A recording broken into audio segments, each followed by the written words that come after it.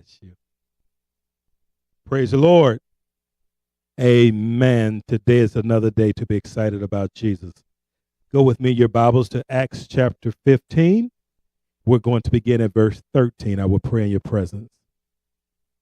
Father, in Jesus' name, I come decreasing that you might increase. Have thine own way, move by your spirit, by your power, oh God. Let your anointing flow through me right now. In the name of Jesus, we rebuke everything not like you. Satan, you're on our feet. In the name of Jesus, no weapon formed against us is able to prosper. Every tongue that rises against us, we condemn it right now in the name of Jesus. We are the righteousness of God in Christ Jesus. We are a city that sits on a hill. We are the head and not the tail, above only and not beneath. Holy Ghost, have thine own way in this moment. In Jesus' name, amen. Again, Acts chapter 15, beginning at verse 13. And after they had held their peace, James, being Jesus' brother, answered, saying, Men and brethren, hearken unto me. Simeon, or Simon Peter, hath declared how God at the first did visit the Gentiles to take out of them a people for his name. And to this agree the words of the prophets, as it is written, After this I will return and will build again, the tabernacle of David, which is fallen down, and I will build again the ruins thereof, and I will set it up. Why? That the residue of men might seek after the Lord, and all the Gentiles upon whom my name is called, saith the Lord, who doeth all these things. Known unto God are all his works from the beginning of the world. I want to use for a thought today, rebuilding the fallen. You may be seated. Rebuilding the fallen. We've been working diligently over the last few weeks. God have taken us down on a path, on a journey, talking about the anointing and talking about the anointing being the burden removing, yoke destroying power of God that God gives to those who serve him. I want to make sure that I say this, that we understand very well that the anointing belongs to Jesus, for he is the anointed one. Christ means anointed one. The Messiah, he is the anointed one who came, as scripture teaches us, through 42 generations. And he came, God came to earth, enter into the womb of a woman, and was birthed through normal processes like we have been, and lived 33 years. He tabernacled, he dwelled on the planet for 33 years, showing us how to live. Hallelujah. Although technically he never wrote a book about himself, more books have been written about him than anyone who ever walked the face of this earth.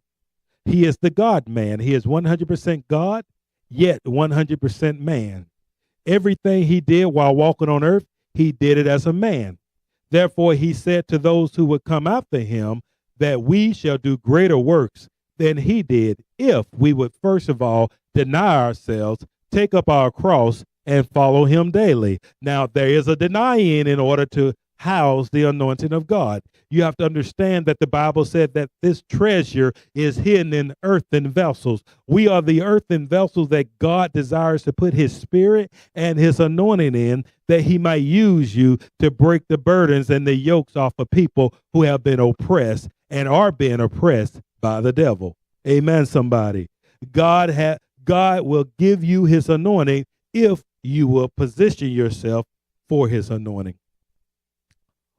In our context here of this scripture, there is a debate or argument or discussion going on in Acts chapter 15. I want to just give you context. Within this, the Jews were the first ones converted to Christ, to Christianity, and they had been ministering to themselves, and God gave Peter a vision of a Gentile named Cornelius, and God told Peter to go down to him, and I will give you the words to say. Peter went in obedience, and while Peter was preaching the gospel, the good news about Jesus to them, they got born again. They got filled with the Holy Spirit. They began to speak in other tongues or other languages as the Holy Spirit gave them the languages to speak. And they also began to prophesy. And Peter saying, seeing that God has given these men the same Holy Spirit that he's given us, why should we stop them from being baptized in water? So Peter took and baptized them in water. And the Bible says Cornelius and his entire house was saved on that day. Now, I'm telling you that there's a house anointing being released upon the earth, that if you will believe God, not only will he save you, not only will he deliver you, not only will he set you free, but he will save your household. He will save your family too. Somebody say amen. Amen. All of us are praying to God to save our loved ones. Heaven would not be the same if you got there and the people you love were not there. Somebody say amen. We want our loved ones to go too. Amen. We want them to be there. Amen. Whether we get there first or they get there first. When we go through the pearly gates, we want to see them too. Amen. Hallelujah. So in this context, there's an argument going on because now the Gentiles have received the gospel, and then people begin to try to make them Jews, meaning make them obey the law of Moses, trying to make them follow all the laws and the rituals that Moses brought to the Jews. Now, this is very, very, very, very important for you to understand. The law of Moses was comprised of 613 laws that God gave Moses to give to the children of Israel. And now these people were beginning to try to make the Gentiles live their lives under the law of Moses. Therefore, they were saying you have to be circumcised. Circumcision was part of the covenant that God gave to the Jews through their father Abraham, where Abraham was circumcised. And on the 8th day, every male child would have to be circumcised. This is why 8 is representative from a symbolic point of view as a number of new beginning, because on the 8th day the little boy would be circumcised. The foreskin would be cut away, which really from a spiritual standpoint meant a cutting away of the flesh and being connected to God. They did something physical, but it had a spiritual ramification to it as they did this. And so now this question has been brought to the church. In the church here is James, who is over the church. James gives Peter opportunity to speak. He gives Barnabas and Paul opportunity to speak. And then we pick up right after Barnabas and Paul have shared how they have gone among the Gentiles and how God has worked miracle after miracle after miracle after miracle after miracle using them. Then James began to say, the Gentiles being born again is just a fulfillment of Old Testament prophecy. And he began to mention from the book of Amos, where God would share that in the last days or in the latter times, that God would rebuild what was falling, the tabernacle of David, the tent of David, the dwelling of David. Now that becomes very important. And with the help of the Lord over the next few minutes, we're going to attempt to explain to you what all that is talking about. Are you ready? Amen. Let's go. Now, our challenge is, first of all, we've been talking about the anointing. We talked about 3 types of people who were anointed in the Old Testament: the priest, the prophet, and the king. Several weeks ago, we preached about and taught about the priestly anointing, how the priestly anointing is available for every believer, that from 1 Peter we're commanded to desire the sincere milk of the word that we may grow thereby. So the priestly anointing, which is comprised of being able to come into the presence of God, being able to come into God's house. In the Old Testament, the priest would come into God's house, whether it was the tabernacle of Moses or whether it was the temple that Solomon built. They would come into the presence of God. They would do the work of God in God's house. This is what the priest did on a physical level. Once a year, the high priest could go beyond the veil into the presence of God to carry the blood, which would cover the sins of not just the high priest, but also the whole nation of Israel for a year. This become important because from a spiritual standpoint, we have access to God. We can go before God. We don't have to wait for somebody to take us before God. We don't have to come to a man for a man to pray for us. We can pray to God for ourselves. So the priestly anointing gives us the freedom to access God. Also in the temple or the tabernacle was the word of God. This becomes important because now we can handle the word of God. We can spend time reading and studying the word of God. This is for all believers. This anointing is for all believers. Okay? Now, from a spiritual standpoint, further, 1 Corinthians chapter 12 challenges us. It gives us 9 spiritual gifts, and we divide them in threes. And as we divide them in threes, it helps us to understand how the priestly anointing, the prophetic anointing, and the kingly anointing falls within those scriptures. Well, first of all, we have to understand that the priestly anointing has 3 spiritual gifts associated with it: diverse kinds of tongues, interpretations of tongues, and prophecy. We took time to explain what prophecy was. That prophecy is literally speaking the word of God. The priests have access to the word of God. So the priests can speak the word of God according to 1 Corinthians chapter 14 to build up, to strengthen, to encourage one another. We're supposed to do that. Amen. God said in the last days he will pour his spirit upon all flesh. Sons and daughters would prophesy. We would dream dreams and see visions. So God began to share that with us, that part of the priestly anointing is also speaking in other tongues, being able to interpret those tongues. That this tongue is not your personal tongue that you use to build yourself up, but this is a tongue that is used to build up the local assembly, that God would give you a supernatural tongue that is to be spoken inside the church, but it cannot be spoken inside of the church if there is not someone to interpret. Now, what God did is, if he gave you the gift to speak the tongue, he also gave you the gift to interpret the tongue. According to your faith, be it unto you. That is the priestly anointing. On last Sunday, we talked about the prophetic anointing, and we talked about Saul, that God was bringing him to kingship to be the first king of Israel. And in that, God took him through the process of priest and then prophet to anoint him as priest and prophet, because God was preparing him to be anointed for king. Samuel anointed him, but he failed the test because he operated in disobedience. And although physically he was king of Israel for a season, yet the anointing to be king was not on him. And because of his disobedience, an evil spirit from the Lord fell upon him, and it was a murdering spirit that he would literally try to kill David, because David was the one who was going to be his successor, and he knew this, and he was trying to kill him. A murdering spirit. Yet Saul, in his infancy, in his beginnings with God, we saw the priestly and the prophetic anointing fall on him, because Saul came into the midst of a company of prophets who was worshipers. Somebody say worshipers. Priests are those who worship. See, if you're not a person who worship, it means that you have not tapped into the priestly anointing yet. And if you desire the stem milk of the word to grow thereby, you would tap into the priestly anointing and you will become a worshiper. I'm telling you, God is a spirit. I heard you, Lord. God said, I am a spirit, and they that worship me must worship me in spirit and in truth.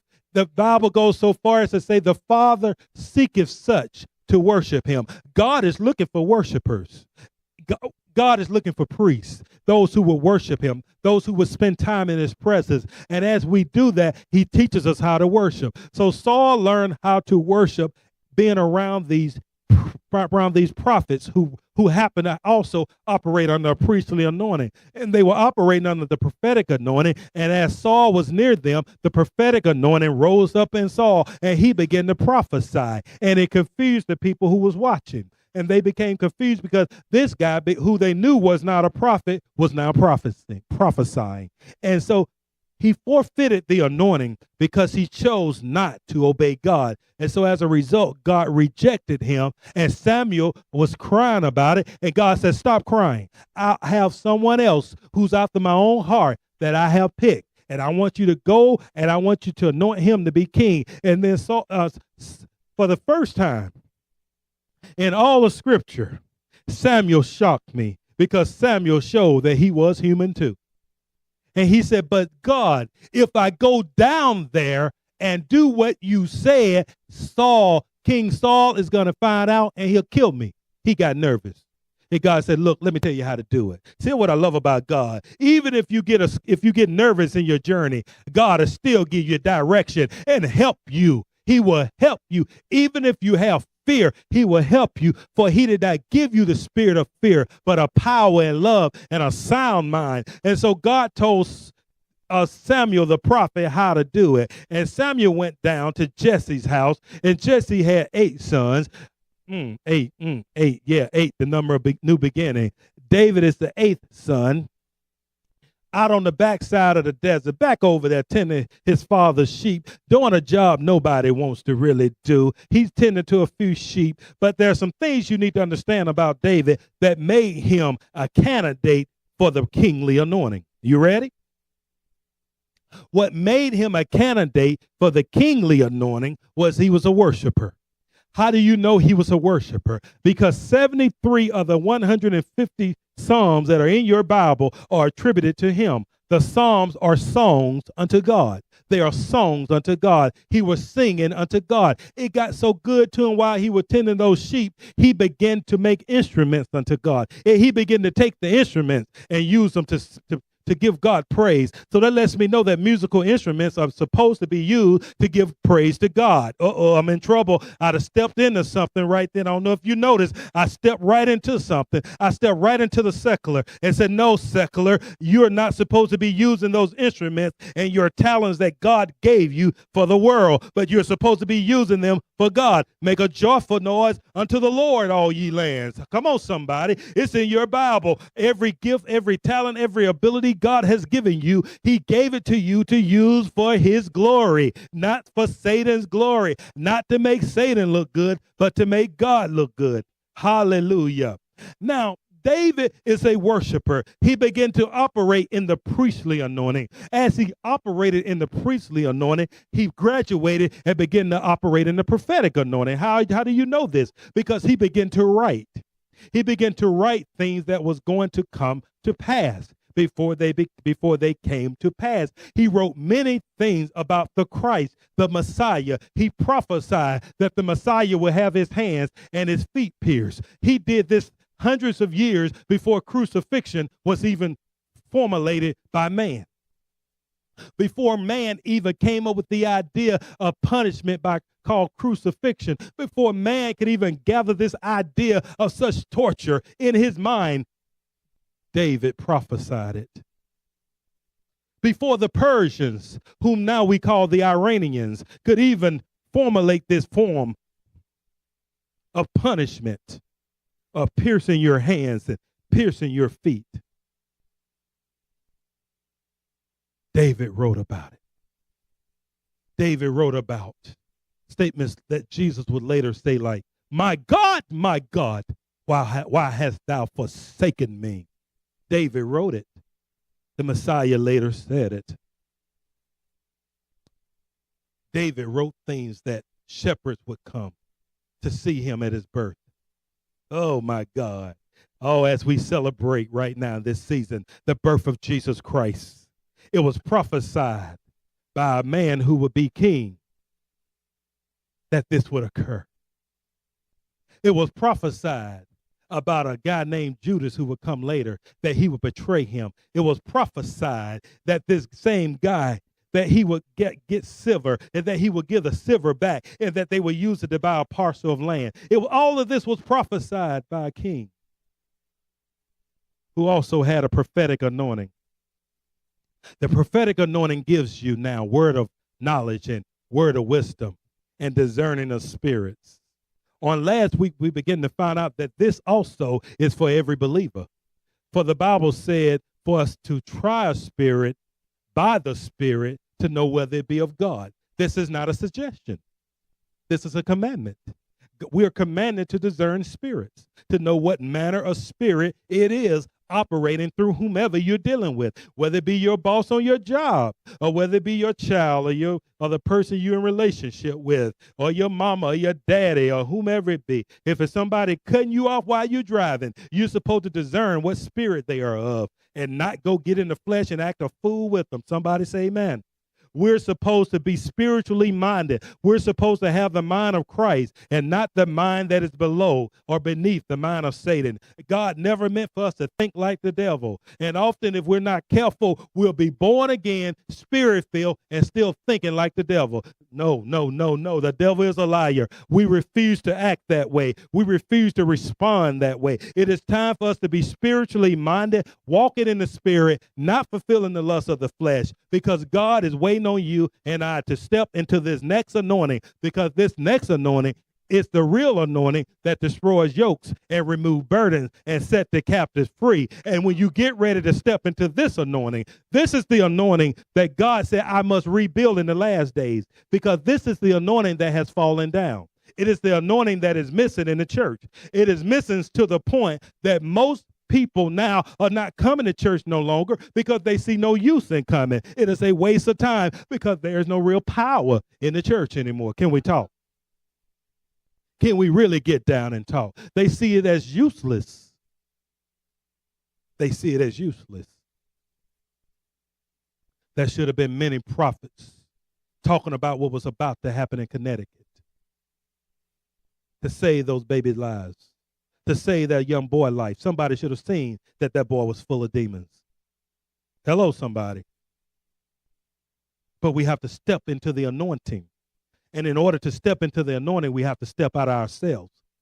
Can we dig? Somebody say dig. In order to really become who God wants us to be, we have to become selfless instead of selfish. We have to decide it's not just about me no more. It's about God. It's about pleasing God. It's about what's on God's mind. What's on God's agenda. It's about me putting my business and saying, now, God, I trust you to take care of me. You said, look at the birds. I take care of them and they don't even work. I'll take care of you too. And if you will focus on me and on what's on my mind, I'll take care of your business. I'll take care of your situation. I give you favor on your job. I'll promote you on your job. If you would take me on your job, I heard you, Lord. If you take me on your job, I'll promote you on your job. If you take me there, I'll prove to you that I'm God in the midst of that place. I don't care how devilish it is. I don't care how wicked it is. I don't care how crazy it is. If you take me in there, I'll turn it upside down. I heard you, Lord. Now it is time for us, dear saints, to make up in our mind that we're going to the next level. Nudge your neighbor and say, I'm going to the next level. Oh, yes, it is time, because God is waiting on people to step into this anointing. This is the anointing that separates the boys from the men. This is the anointing that separates the girls from the women. This is the anointing that turns things around. This is an anointing that the world is waiting on. This is the anointing that will bring revival to the church. This is the anointing that God is waiting on to be manifested in the earth, but he cannot do it until the people get ready. Who are the people to get ready? Us. God is waiting on us. God is waiting on you. God is waiting on me. God is waiting on you that's listening to this right now. God is waiting on you to step beyond your excuses and say, God, for you I live, for you I die. If you could use anything, you could use me. I make myself available. It's no longer about me being selfish. I'm through being selfish. I'm through spending all my time praying to you about me. It is now time for me to pray to you and ask you to tell me what's on your mind. I need to know what it is you want to do today. Not about me, God, not about me. You're going to take care of me. You've been taking care of me all my life. When I was so drunk I couldn't see how to drive, you drove my car. So God, you've been taking care of me all my life. When I was too stupid and crazy to know to come to you, you protected me, and they were shooting and the bullet didn't hit me. You protected me when I didn't have enough sense to protect myself. And how dare me get on your side now and make it all about me when it's been all about you the whole time? How dare me? Whew, God, I thank you for your anointing. And so now, King David, it's very important to understand some things about David, because David is a worshiper. David is a worshiper. Even when David goes and get the Ark of the Covenant, you will find that David is a worshiper. He had on his kingly robes, which meant that he could operate in the authority of God in the earth. But he danced right out of those kingly attire. And under the kingly attire, that was prophetic, that was priestly robing, that was priestly clothing. He had on his worship clothing. God. And if we learn how to spend time in the presence of God, God will promote you and then he will get glory out of your life. He wants to get real glory. I'm talking about no. You don't get it. You don't get it yet. I'm not talking about what you've been doing. What you've been doing was kindergarten stuff for where God want to take you. Are you ready to hear what God wants to do through you? Because the kingly anointing, the gifts of the kingly anointing are the next level. Somebody say next level. The kingly anointing, it began to touch and change people's lives. This anointing in 1 Corinthians chapter 12, the three gifts that are given are faith, healing, and working of miracles. Woo, my God, have mercy. Now, I need to first of all explain to you when I say faith, what I mean. Because the Bible says have faith in God. So we have faith. But this is not talking about you having faith in God. But this you talking about having the faith of God. Because when you have the faith of God, you will pray for the sick and they will recover. Come on, somebody. When you have the faith of God, you'll pray and miracles will happen. Jesus himself said, we shall do greater works than he did. Either he meant what he said or he's a liar. Oh, God, help me. And the only thing that's keeping God from getting full glory from our lives is that we have not positioned ourselves for this anointing. It's falling down. It's falling down. The kingly anointing has fallen down. And God sent me today to talk to you about, just for a few moments, about his rebuilding the fallen. Oh, you didn't get it. In the text there, it didn't say that God was going to replace what was fallen. It said he's going to rebuild it from the ruins. Whew. You need to get that. He's going to rebuild from the ruins. Normally when somebody get to rebuild a thing, they clean everything off and start fresh.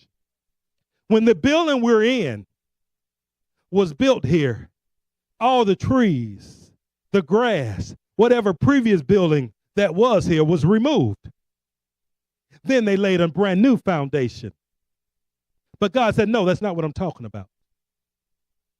I am going to rebuild from the ruin. I'm going to rebuild from your painful past. Let me break it down right where you live. I'm going to take all the drama and the trauma and all the stuff you've been through, and I'm going to start building on it. I'm going to start building on what you went through. Everything you went through, I allowed you to go through it because I wanted to build up on it so that I can put the anointing on top of it, and that you will be anointed in what used to have you bound. Woo! Did you catch that revelation? God said, I'm going to build right on the ruins of this thing. He said, I'm going to build upon the ruins of it. He said, I want to build right on the pain of your painful past. I want to build right on your trauma, right on your drama. I am going to deliver you and set you free, and I'm going to give you the ability to be able to have my faith, so when you pray, you don't pray hoping no more. Because all of us have prayed using our faith. Come on, somebody. Don't leave me by myself. All of us have prayed many times using our faith. And when we use our faith, sometimes something happens, sometimes it doesn't. It's almost like a crap shoot. You don't know if it's going to work or not. You just praying or hoping. But it's a whole nother game when you pray or knowing. When you can say, God is about to do such and such, because I'm now operating with the faith of God. And now God has supernaturally given me his faith to work miracles, to work healings in the earth. Now, can we talk about it for a moment? The dilemma is this here: the few that do it, they wind up on TV. And then we'll know if they're real or fake. Can we talk? But the reality of it is, this is supposed to be for every believer. All of us supposed to be praying and the sick recovering. All of us supposed to be working miracles. All has nothing to do with being a pastor or a minister or evangelist or whatever title we go by. That all you have to be is a born again Christian who understands that you must be a priest. and worship. All you have to be is a born-again believer who understands that the prophetic anointing is there for you because God has given you of his spirit. And now that he's given you of his spirit, you prophesy. You operate. He give you dreams. He give you visions. And he show you things before they happen. That's your normal. In the book of Revelation, it's mentioned 2 times that we are kings and priests. I guess God knew I'd be a little slow, so he wrote it twice for folk like me. Not talking about you, I said me. Don't get offended. He knew that I needed to see it multiple times in order to convince me that what he said is what he meant, that I'm a king and a priest. Now, you got to catch the revelation. First of all, if you be a priest, you're going to wind up being a prophet. It's impossible not for it to happen. It's impossible for it not to happen. It just happens. It's going to happen. And if you're a king, in order to really be a king and walk in the kingly anointing, you have to be a priest. It's just going to happen. You have to spend time with God. How can you work for God and do great things for God and pray for the sick and they recover and you have no relationship with God? Doesn't make no sense. No, we're not talking about trickery, but we're talking about praying and God healing. I'm talking about going into the hospital and turning it upside down. I'm talking about letting the kingly anointing loose in the earth. The kingly anointing is what's going to bring the last revival back. I'm telling you, the last revival before Christ's return is going to happen when the people in the pews grab hold to the anointing and carry it everywhere they go. God is not, see, this is not the day of the preacher. This is the day of the people in the pews. This is the day of you. This is your season. This is your time to walk in the power of God. It is your time that you come with testimonies of how you prayed and what God did because you stepped into your rightful authority in Christ Jesus. You begin to understand that you are an ambassador for Christ. And being an ambassador, you understood that it is your responsibility to do God's work in the earth. It has nothing to do with whether you're called to hold a mic and preach or not. This is just a job he called me to do. This is not it. This is not what it's really about. My job is just to preach to you, teach you, encourage you, challenge you, strengthen you, build you to go do his work. He said, I place apostles, prophets, evangelists, pastors, and teachers in the body to build up my body so they could do the work of the ministry. The problem has been we in the pulpit have failed God, and we have not trained you to do his work out there. All we've done was cripple you so you could take care of us. And God is not pleased with this wicked, evil spirit that's not from him. It is time that we get it right and do it right. God said it's time for me to rebuild. This is a word from the Lord. Thank you, Lord, for your word. We receive it in Jesus' name. We bless you for it. We magnify you. And Lord God, rebuild. For the great revival has to occur before you return, Lord Jesus. Get us ready. And God, you didn't give us the spirit of fear, so we will not walk in fear, but we will walk with a spirit of boldness. Use us, God, until you use us up. In Jesus' name, amen. Amen and amen. Somebody help me praise the Lord. That was worth our time, Lord. Thank you. That was good, Jesus. Thank you.